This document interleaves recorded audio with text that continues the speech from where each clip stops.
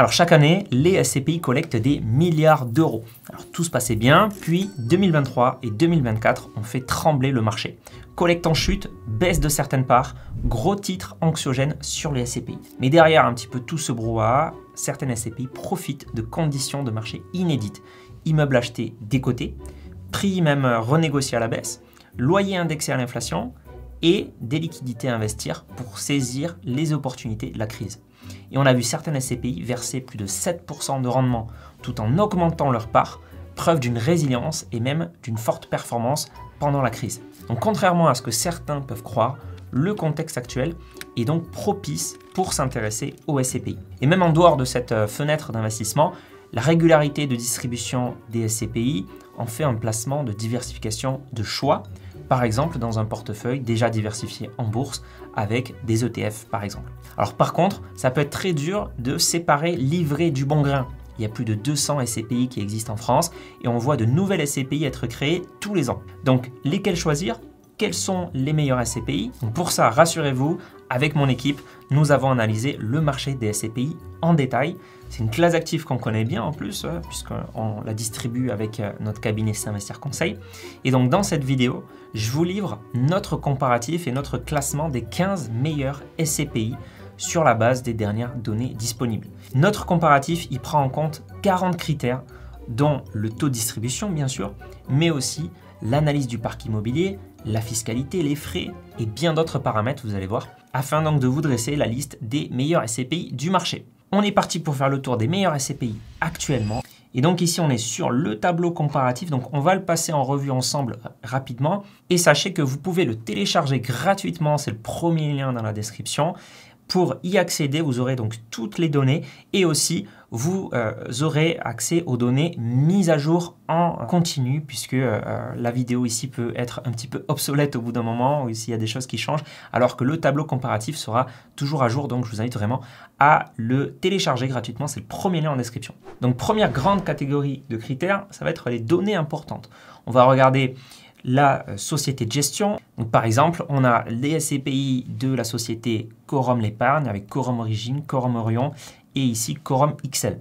Et donc, quand on connaît un petit peu cette société de gestion, on sait que c'est une société qui gère très bien ses SCPI et donc ça peut être évidemment un critère. Ensuite, un autre critère, ça va être le prix de la part, mais aussi le minimum d'investissement. Donc, par exemple, sur Hirokozen, la SCPI d'Hiroko, il va falloir investir au minimum 5 050 € pour pouvoir investir dessus. Et ensuite, on pourra acheter des parts de manière unitaire. Mais là, donc, il faut au moins 25 parts au minimum à l'achat au début. Sachant que certaines SCPI sont éligibles à l'assurance vie. Donc, on va en reparler ensuite. Ça peut être très intéressant pour des questions de fiscalité, mais aussi pour des questions de minimum d'investissement, puisque là, ça sera plutôt autour de 100 € de minimum d'investissement, vu qu'on pourra acheter des fractions de parts de SCPI. Donc pour les petites bourses, ça peut être un critère, le minimum d'investissement. Donc vous pourrez regarder pour toutes les autres SCPI le minimum d'investissement ici. Un autre critère très important, ça va être l'année de lancement de la SCPI. Déjà pour avoir un petit peu son historique de performance, donc voir si elle est bien gérée et si elle est vraiment compétitive, mais aussi parce que eh bien une SCPI qui est relativement jeune va avoir son taux de distribution qui va être boosté. Et donc, il faudra prendre ça en considération parce qu'il faudra s'attendre à des taux de distribution ensuite à l'avenir inférieurs au premier taux de distribution. Et ça s'explique par quelque chose de relativement simple à expliquer, on en parlera juste après. Autre critère important, ça va être l'endettement. L'endettement, il faut juste vérifier, contrôler qu'il ne soit pas exubérant, mais vu que les taux sont en train de diminuer et sont relativement faibles, et que les SCPI de toute manière sont un placement avec très peu d'effet de levier. On voit des SCPI qui ont généralement un taux d'endettement compris entre 0 et 40%. Donc ça reste quand même assez mesuré. Autre critère très important, ça va être aussi la capitalisation. La capitalisation, donc, ça va être important pour deux raisons. Première raison, la capitalisation, ça donne une idée déjà de la diversification sous-jacente. Puisque lorsqu'on a un très gros patrimoine immobilier, eh bien, on a par exemple, ici pour la plus grosse capitalisation de ce comparatif, c'est Quorum Origine, il y a 3 milliards d'euros de capitalisation sur Quorum Origine. Eh bien, il faut comprendre qu'il y a énormément de biens immobiliers, énormément de locataires et qu'on a vraiment une mutualisation du risque lorsqu'on est investisseur de cette SCPI. Au contraire, si on prend ici Sophie Dynamique, celle qui a la plus petite capitalisation de notre comparatif, 55 millions d'euros, eh bien, il faut comprendre qu'on a encore relativement peu d'immeubles, relativement peu de locataires, et donc une diversification moins élevée, un risque accru forcément. Et la deuxième chose que traduit finalement cette capitalisation, c'est que lorsqu'on a une grosse capitalisation, par exemple 3 milliards d'euros, on est vraiment sur un paquebot de l'investissement avec donc des biens immobiliers qui ont été achetés avec un certain rendement verrouillé qui a toutes les probabilités de continuer dans le temps. Puisqu'en général, les locataires des SCPI sont de très bons payeurs, ce sont des professionnels où il y a d'autres règles qui s'appliquent versus les particuliers et notamment des règles plus avantageuses pour les propriétaires, donc pour la SCPI. Notamment, on va pouvoir indexer sur l'inflation. En cas d'impayé aussi, c'est bien plus simple que si on avait des particuliers comme locataires. Et donc, une grosse capitalisation, ça veut dire qu'on a un certain rendement verrouillé dans le temps, contrairement à une faible capitalisation où, par exemple, ici, Sophie Dynamique qui a 55 millions d'euros, eh bien, peut-être que dans 2 ans, dans 3 ans, dans 4 ans, elle aura peut-être 10 fois plus de capitalisation et donc aura acheté encore énormément d'immeubles, et ce qui va vraiment jouer sur son rendement sous-jacent, sur son rendement embarqué. Donc on peut avoir une certaine volatilité du rendement embarqué avec des petites capitalisations contre des grosses capitalisations.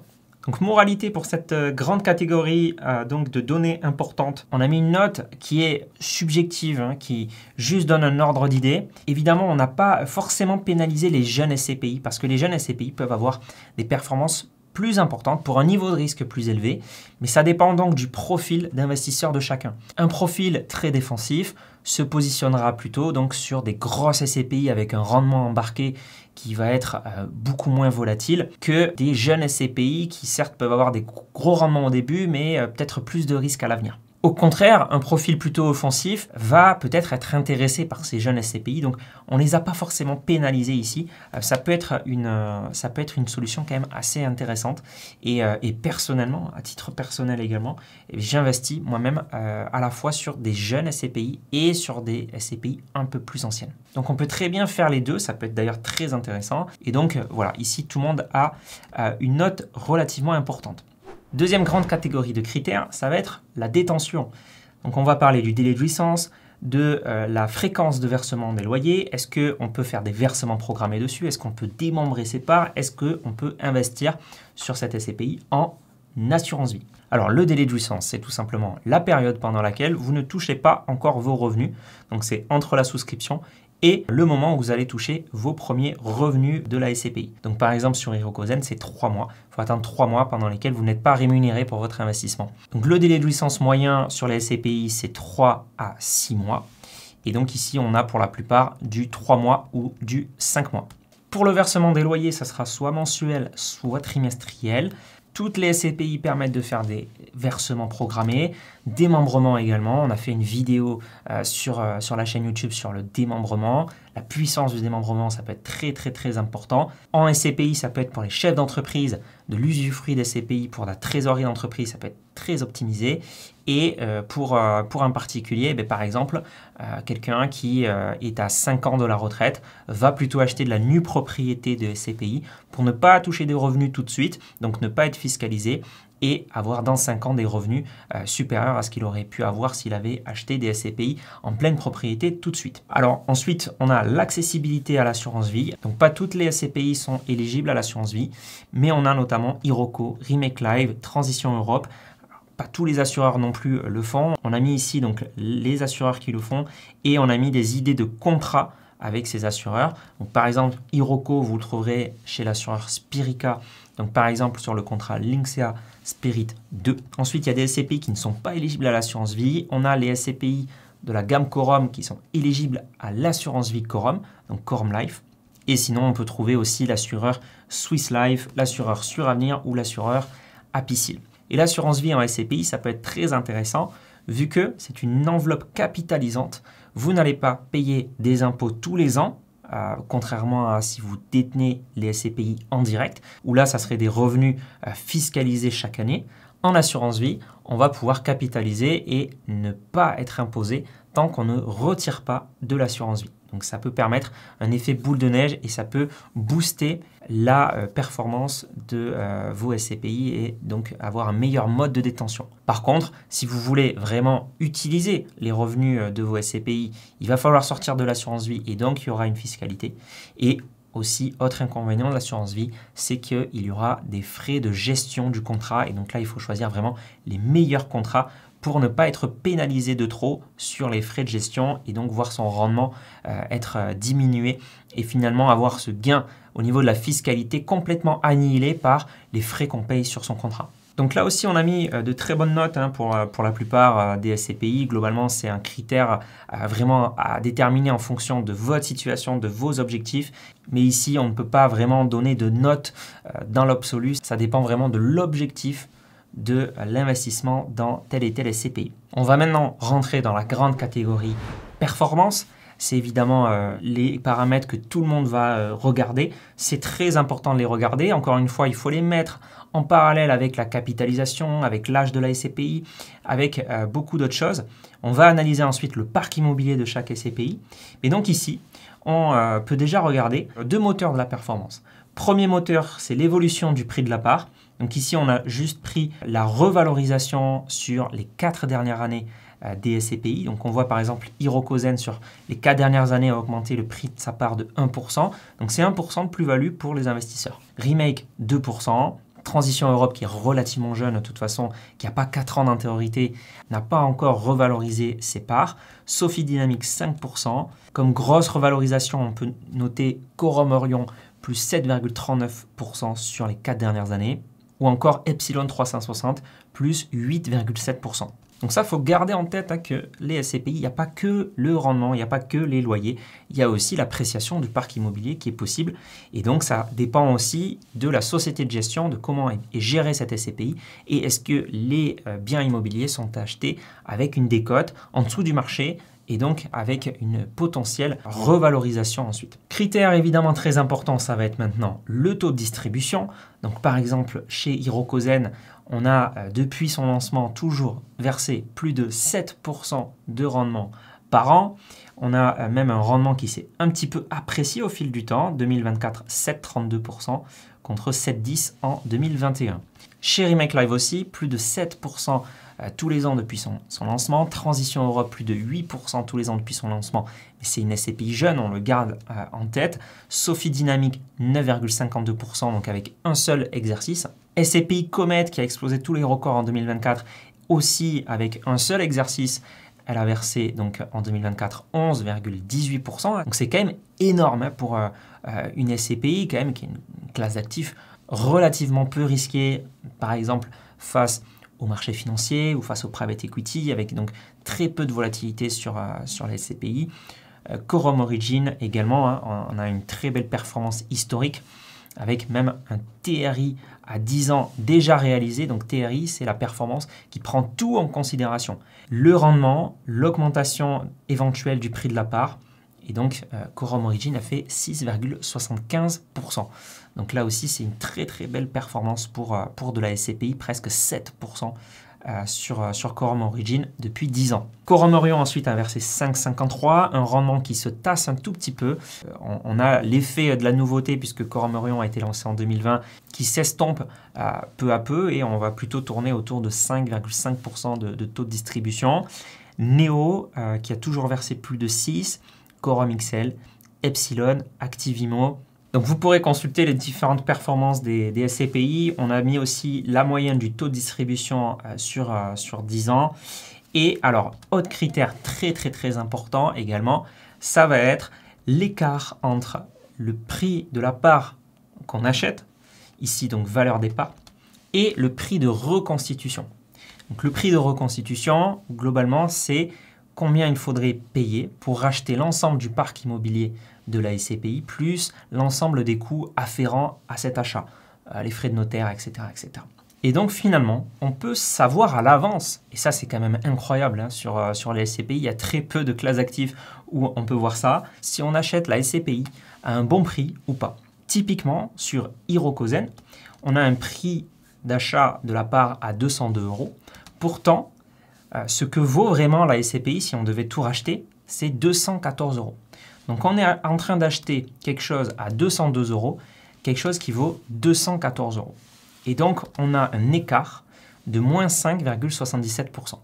Autrement dit, actuellement, Hirokozen s'achète avec une décote à l'achat. Et donc ça, c'est un critère très important parce qu'on va pouvoir comparer les SCPI entre elles sur tous les autres critères qu'on vient de voir, mais aussi sur est-ce que c'est actuellement une bonne opportunité de l'acheter ou pas, est-ce qu'on ne l'achète pas trop cher. Et on a des SCPI actuellement qui s'achètent avec une énorme décote, par exemple Sophie Dynamic qui s'achète avec une décote de 7,47%, ou encore Epsilon 360 qui s'achète avec une décote de 8,10%. Au contraire, on peut regarder la SCPI Quorum XL qui, elle, a une surcote. Donc on l'achète un peu trop cher par rapport à ce qu'elle vaut, 2,70%. Donc ça, c'est quelque chose aussi de très important à regarder. Juste aussi, si vous avez plusieurs SCPI à acheter, au niveau peut-être du timing, on peut se dire que il y a certaines SCPI qui sont peut-être à privilégier un peu plus maintenant qu'à d'autres moments. Et puis comme mode critère, ça va être aussi l'objectif de performance. Alors évidemment, c'est non garanti, mais les SCPI, les sociétés de gestion, vont afficher leur objectif. Donc par exemple, sur Remake Live, on a un objectif de performance TRI, donc tout pris en compte, de 6% et un objectif de distribution chaque année de 5,50%. Évidemment, ce n'est pas garanti. Certaines SCPI vont annoncer moins que ce qu'elles vont faire vraiment, donc elles vont largement dépasser leur objectif, et d'autres SCPI qui vont peut-être annoncer des objectifs très hauts qu'elles ne vont peut-être pas atteindre. Donc, ce n'est pas forcément un critère, j'ai envie de dire ici, mais ça donne aussi un aperçu quand même de la vision de la SCPI. Est-ce que c'est plutôt une SCPI offensive, agressive, qui veut aller chercher vraiment du gros rendement, ou est-ce que c'est plutôt une SCPI plutôt défensive? Également, on a mis, lorsque la SCPI était relativement ancienne, le TRI qui a déjà été réalisé, par exemple Quorum Origin, 6,75%, ou encore Épargne Pierre, 5,45%, ou Crystal Rent, 5,56%. Ici, on a mis donc une note sur 5 pour ce grand critère et on a donc pu noter à la fois les performances historiques, mais aussi leurs performances vis-à-vis de l'âge de la SCPI. Par exemple, Épargne Pierre Europe, qui est une jeune SCPI qui a 2 ans, qui a versé 6,26 et 6,75, c'est quand même largement en dessous des jeunes SCPI qui versent souvent plus de 7, 8, 9. On a vu Comet verser 11%. Donc, vu que c'est quand même une jeune SCPI et que ses rendements sont relativement faibles par rapport aux jeunes SCPI, encore une fois, dans la même catégorie, on a mis une note qui était une note moyenne de 3,5 sur 5. Autre grande catégorie maintenant de critères, ça va être le patrimoine immobilier. Pour moi, ce sont les critères les plus importants et les plus intéressants même. Déjà, on va être sur la typologie de la SCPI. Donc, est-ce que ça va être une SCPI diversifiée qui va pouvoir investir sur plusieurs secteurs? Donc, par exemple, Transition Europe, qui est une SCPI diversifiée, qui va avoir des bureaux, des hôtels, des locaux commerciaux, des entrepôts logistiques et d'autres typologies de biens. Ou est-ce que ça va être une SCPI sectorielle, par exemple la SCPI Néo, qui est une SCPI de bureaux. On voit dans son patrimoine 94% de bureaux. Ou encore la SCPI Activimo, qui est une SCPI de logistique. Donc ça, c'est déjà un critère très important. Pour moi, c'est très très important parce que on a besoin aujourd'hui des SCPI qui vont être opportunistes, qui vont aller chercher les opportunités où elles sont et non contraintes parce que ce sont des SCPI de tel secteur. C'est ce qu'on a vu d'ailleurs pendant la crise en 2023, des SCPI qui étaient spécialisés dans le bureau et qui étaient spécialisés dans l'immobilier de Paris. On avait des bureaux à Paris où il n'y avait plus d'opportunités, où les prix étaient quand même assez élevés, et donc des SCPI qui se sont retrouvés obligés d'acheter des bureaux à Paris alors qu'il y avait très très peu d'opportunités. Au contraire, donc des SCPI qui vont être diversifiés sur n'importe quel secteur, mais qui aussi vont être diversifiés en termes de répartition géographique. Donc c'est ce qu'on voit ici, qui vont pouvoir investir en France, au Royaume-Uni, en Espagne, en Irlande, aux Pays-Bas et en Allemagne. Par exemple, ça va permettre de se dire, il n'y a plus d'opportunités sur les bureaux en France, eh bien on peut aller sur les commerces espagnols, on peut aller sur les hôtels hollandais, ou on peut aller sur la logistique allemande. Bref, on va là où les opportunités sont et le but, c'est de générer du rendement pour les investisseurs et de générer de la performance et non pas d'être sectoriel. Je pense que c'est un des principes les plus basiques dans l'investissement, ne pas mettre tous ses œufs dans le même panier. Et c'est vrai que eh bien, les SCPI les plus agiles et les plus opportunistes, et donc les SCPI diversifiés, se sont généralement bien mieux comportés pendant la crise. Donc par exemple, la SCPI Sophie Dynamique est pour l'instant 100% en France. Donc il y a un manque de diversification géographique. Alors après, c'est une très jeune SCPI qui peut se développer et qui peut acheter des biens peut-être à l'étranger ensuite. Et un autre point très important sur cette répartition géographique, c'est que les SCPI sont fiscalisés de manière complètement différente si les revenus proviennent de l'étranger ou si les revenus proviennent de biens immobiliers situés en France. Et donc, l'immobilier situé en France peut être très fiscalisé. On va avoir prélèvements sociaux plus tranche marginale d'imposition. Globalement, ça peut monter à des taux de fiscalité extrêmement punitifs, plus de 50, voire au maximum même 62,2% de fiscalité. Dans ce cas-là, ça ne sert à rien d'investir en SCPI. Donc du 6% deviendrait moins de 3%, presque le taux sans risque du livret A. Et donc on peut avoir une fiscalité à l'étranger bien plus clémente avec donc des SCPI qui investissent à l'étranger. Donc ça, c'est un point très important lorsqu'on investit en SCPI. Déjà, anticiper quel mode de détention et quelle fiscalité on va avoir. Et si on veut des SCPI étrangères, eh bien on l'a ici mis en gras parce que ça peut être très important. Je vous renvoie d'ailleurs à notre guide SCPI complet qu'on a fait sur cette chaîne avec mon associé Jean-Guillaume sur S'investir Conseil. Donc je vous invite à regarder ce guide pour vraiment comprendre cette fiscalité qui peut faire toute la différence. Donc, moralité, ce qui va être plus intéressant, ça va être des SCPI bien diversifiés sectoriellement, mais aussi bien diversifiés géographiquement. Et donc là, on en a vraiment pas mal. Je prends par exemple Quorum Origin, qui a du Pays-Bas, de l'Italie, de l'Espagne, de l'Irlande, de la Finlande, de la Belgique, qui a seulement 3% en France. Donc, au niveau de la fiscalité, si on est en détention en direct, eh bien, on va plutôt avoir la fiscalité clémente à 97% étrangère. Et donc, on a aussi des SCPI qui l'ont très bien compris et qui se positionnent sur le fait d'investir uniquement à l'étranger. Par exemple, Transition Europe, 100% à l'étranger, ou Comet, 100% à l'étranger. Autre critère ici, pour ceux qui en sont sensibles évidemment, ça va être le label ISR, donc investissement socialement responsable. Ici, donc, on l'a indiqué sur le tableau. On va avoir ici aussi le nombre de biens, donc le nombre d'immeubles en détention dans cette SCPI. Par exemple, Comet à 9 immeubles, Quorum Origin, 161 immeubles. Autre critère qu'on voit aussi partout dans tous les comparatifs, le taux d'occupation financier, le TOF. Taux d'occupation financier, ça veut dire j'ai par exemple 1 million d'euros de loyer tous les ans. Si en réalité j'en ai perçu que 980 000, eh bien j'ai un taux d'occupation financier donc de 98%. C'est juste ça le taux d'occupation financier. Ce n'est pas en nombre de locataires, mais c'est plutôt en pourcentage de loyers perçus divisé par la somme des loyers théoriques que je devrais percevoir. Pour autant, c'est un critère qui est à mettre en parallèle avec plein d'autres paramètres.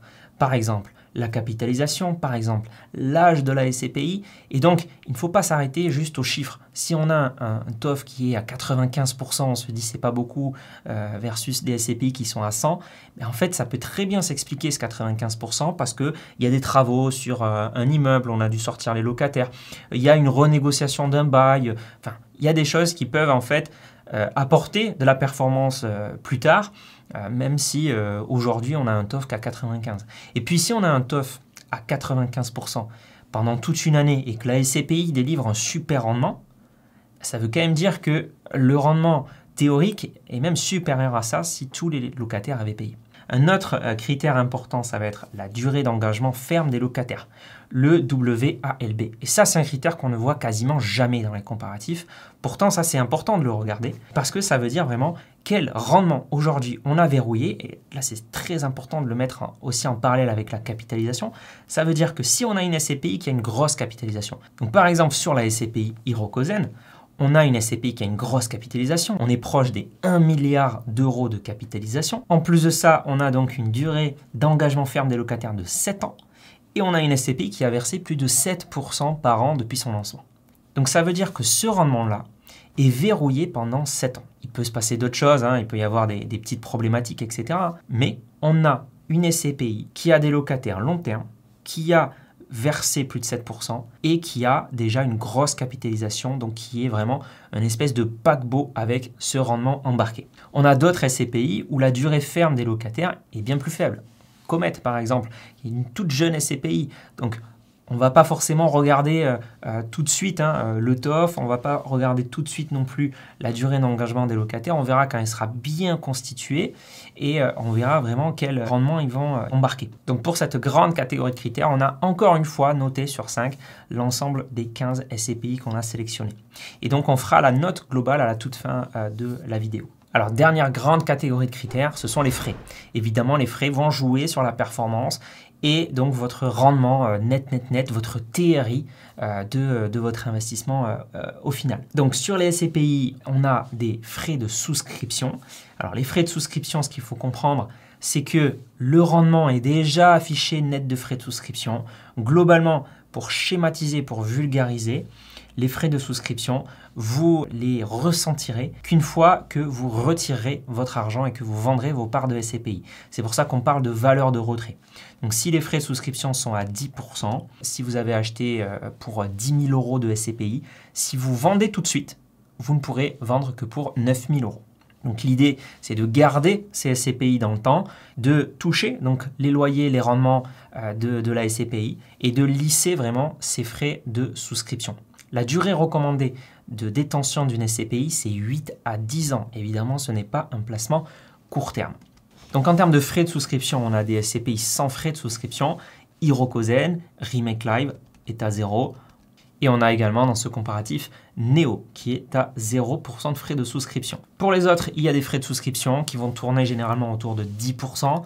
Donc 10% pour Transition Europe, donc valeur de retrait à 90%. Sophie Dynamique a des frais de souscription réduits, 2%, donc valeur de retrait 98%. Chez Quorum, on est plutôt autour des 12% de frais de souscription, donc valeur de retrait 88%. On a aussi des frais réduits pour Epsilon 360 à 5%. Les SCPI vont également se rémunérer sur les loyers. Alors, il y a également d'autres types de frais, notamment les frais de gestion, les frais de travaux, les frais d'acquisition, cession, tout ça. Sachez que c'est déjà analysé finalement avec les rendements, puisque les rendements sont affichés net de frais. Et ce qu'il faut noter aussi, c'est que souvent les SCPI sans frais de souscription vont du coup avoir des frais de gestion un peu plus élevés ou des frais d'acquisition des actifs. Et ça, finalement, ça revient globalement au même. Parce que si vous investissez, par exemple, 100 € dans une SCPI sans frais de souscription, vous avez 100 € qui vont travailler, mais en fait, ce n'est pas 100 € directement. Puisque s'il y a 3% de frais d'acquisition d'actifs, eh bien, la SCPI va prendre 3 € sur ces 100 et donc vous n'aurez que 97 € au travail. Donc c'est un petit peu une forme de frais de souscription, c'est à peu près la même typologie, en tout cas c'est quelque chose à comparer. Donc ce qu'il faut retenir avec les frais des SCPI, c'est qu'il faut vraiment tout regarder, tous les paramètres. Il ne faut pas s'arrêter aux frais de souscription. Il vaut mieux une SCPI très bien gérée qui va délivrer de très beaux rendements nets de frais de gestion, etc. et qui va permettre en fait de lisser les frais de souscription, plutôt qu'une SCPI sans frais de souscription, mais qui va peut-être se rémunérer un peu plus avec les autres frais et qui va avoir des rendements inférieurs nets de frais. Donc il faut toujours comparer l'ensemble des paramètres et pas s'arrêter uniquement aux frais. Parce que, encore une fois, de toute façon, les frais de souscription doivent être lissés dans le temps parce qu'on ne détient pas une SCPI pour 1 an, 2 ans ou 3 ans d'investissement. Et je prends l'exemple de Quorum Origin qui a généré net de tout frais et donc de frais de souscription également, 6,75% de TRI sur 10 ans, donc performance, avec tous les paramètres pris en compte. Donc c'est ça vraiment qu'il faut regarder, le TRI attendu sur cette SCPI, plutôt que uniquement les frais. Pour finir sur les frais, il y a une autre typologie de frais qui existe, c'est les frais de sortie anticipée, notamment donc sur les SCPI sans frais de souscription, avec une pénalité si on vend ses parts trop tôt. Par exemple sur Hirokozen, on prend une pénalité de 5% si on vend ses parts les 3 premières années. Sur Remake Live, c'est 4,16% si on vend les 5 premières années. Alors ça, c'est hors taxe, il faudra rajouter la TVA dessus. Un petit aparté d'ailleurs sur le hors taxe. J'ai mis la plupart en hors taxe parce qu'il y a certains frais où la TVA est récupérable. Donc ce n'est pas vraiment TTC qu'il faut regarder. Par exemple, les frais de gestion, eh bien, on paye de la TVA sur les frais de gestion, mais elle peut être récupérée ailleurs, etc. Alors pour conclure, donc voici les 15 meilleurs SCPI de notre comparatif. Donc numéro 15, on a Crystal Rent. C'est une SCPI qui a fait ses preuves, plus de 14 ans, avec un rendement stable, avec un TRI sur 10 ans déjà réalisé à 5,56%. Par contre, elle est très exposée à la France. C'est une SCPI sectorielle, une SCPI de commerce, et c'est pas disponible en assurance vie. Donc il y a quelques points noirs. Ça reste une très bonne SCPI dans l'ensemble du marché des SCPI. Mais ici, elle est en position 15 donc, de notre comparatif. Ensuite, on a Épargne-Pierre. Alors, très joli aussi historique de performance. Un TRI 10 ans réalisé à 5,45. C'est une grosse SCPI d'ailleurs, qui a plus de 2 milliards de capitalisation. Une société de gestion qui a fait ses preuves. C'est disponible en assurance vie. Par contre, il y a une forte concentration dans les bureaux et c'est 100% exposé à la France. Donc, ce n'est pas une SCPI très très bien diversifiée non plus. Numéro 13, on a Cœur d'Europe, qui est une SCPI diversifiée sectoriellement, 100% à l'étranger. Par contre, pas dispo en assurance vie. Des rendements historiques relativement faibles pour une SCPI quand même de 4 ans. Même sur ses premiers versements, on n'était pas sur des très gros rendements, relativement faibles. Donc, on ne va pas s'attendre à une grosse performance sur cette SCPI. Et le point noir, par contre, sur cette SCPI, moi je trouve, c'est qu'il y a à la fois des frais de souscription de 12% et à la fois on a des frais d'acquisition des immeubles de 5%. Et pour moi, on ne peut pas avoir les deux. C'est un petit peu dommage. On a des SCPI sans frais qui vont avoir des frais d'acquisition et c'est compréhensible pour contrebalancer un petit peu. Mais par contre, avoir à la fois des frais de souscription élevés à 12% et à la fois des frais d'acquisition, je trouve que ici, c'est pas normal. En 12e position, on a la SCPI Épargne-Pierre Europe. C'est une SCPI bien diversifiée sectoriellement. Attention, il y a 51% en Espagne. Donc à voir, dans un portefeuille diversifié, ça peut complètement être cohérent. Sinon, c'est une SCPI qui est encore très jeune, des rendements relativement faibles pour une très jeune SCPI et pas disponible en assurance vie. À la 11e place, on a Activimo, joli historique de performance, dispo en assurance vie, par contre très exposé à la France et c'est une SCPI sectorielle de logistique, mais ça peut quand même être une SCPI très intéressante. Top 10, on a Epsilon 360, des frais de souscription réduits, un joli historique de performance, une belle diversification sectorielle, un délai de jouissance à 3 mois. Elle s'achète actuellement avec une très forte décote autour de 8%, mais par contre, concentration élevée en France pour l'instant et pas disponible en assurance vie. Numéro 9, Quorum XL, très joli historique de performance, une société de gestion qui a fait ses preuves, une belle diversification géographique, disponible en assurance vie et ça permet aussi d'accéder à de l'immobilier au Royaume-Uni, souvent peu représenté dans un portefeuille de SCPI. Donc ça peut être intéressant. Par contre, forte concentration dans les bureaux et aujourd'hui, elle s'achète avec une surcote. Numéro 8, Neo, 0% de frais de souscription, joli historique de performance, délai de jouissance à 3 mois. Attention, SCPI sectorielle de bureau. Concentration élevée en France pour l'instant et pas dispo en assurance vie. Numéro 7, Quorum Eurion. Très joli historique de performance. Une société de gestion qui a fait ses preuves. Quorum l'épargne. Belle diversification géographique. Dispo en assurance vie sur Quorum Life. S'achète avec une forte décote. Attention, forte concentration dans les bureaux. En 6e position, on a Origin, la très grosse SCPI de Quorum. Un très joli historique de performance, TRI à 10 ans de 6,75%, une société qui a fait ses preuves, une SCPI même qui a fait ses preuves, une belle diversification, plus de 3 milliards d'euros de capitalisation, dispo en assurance vie et par contre forte concentration dans les bureaux aussi pour Quorum Origin. En numéro 5, on a la SCPI Comet, des rendements historiques très élevés, une SCPI diversifiée à l'étranger. Par contre, c'est une SCPI encore jeune, encore même très jeune, pas dispo en assurance vie, 56% de bureaux pour l'instant. Donc c'est à voir vraiment en fonction de votre profil, de vos objectifs, si ça rentre dans votre portefeuille ou pas. Encore une fois, on fait un top, mais l'idée c'est plutôt de diversifier et d'avoir un portefeuille de SCPI plutôt qu'une seule SCPI, évidemment. 4e position, Sophie Dynamique, frais de souscription réduits, rendement historique très élevé. Attention, 100% orienté vers la France pour l'instant, 76% locaux commerciaux pour l'instant, encore très jeune. Évidemment, elle a une belle note parce qu'elle a eu une très belle performance. Mais encore une fois, en fonction de votre profil, c'est peut-être une SCPI qui ne doit pas rentrer dans votre portefeuille. Voilà, ici on a mis des notes, on a mis des critères. On a d'ailleurs pondéré le rendement de manière assez élevée. On aurait pu très bien faire un comparatif pour un profil un peu plus défensif et Sophie Dynamique serait plutôt arrivée dans les dernières positions.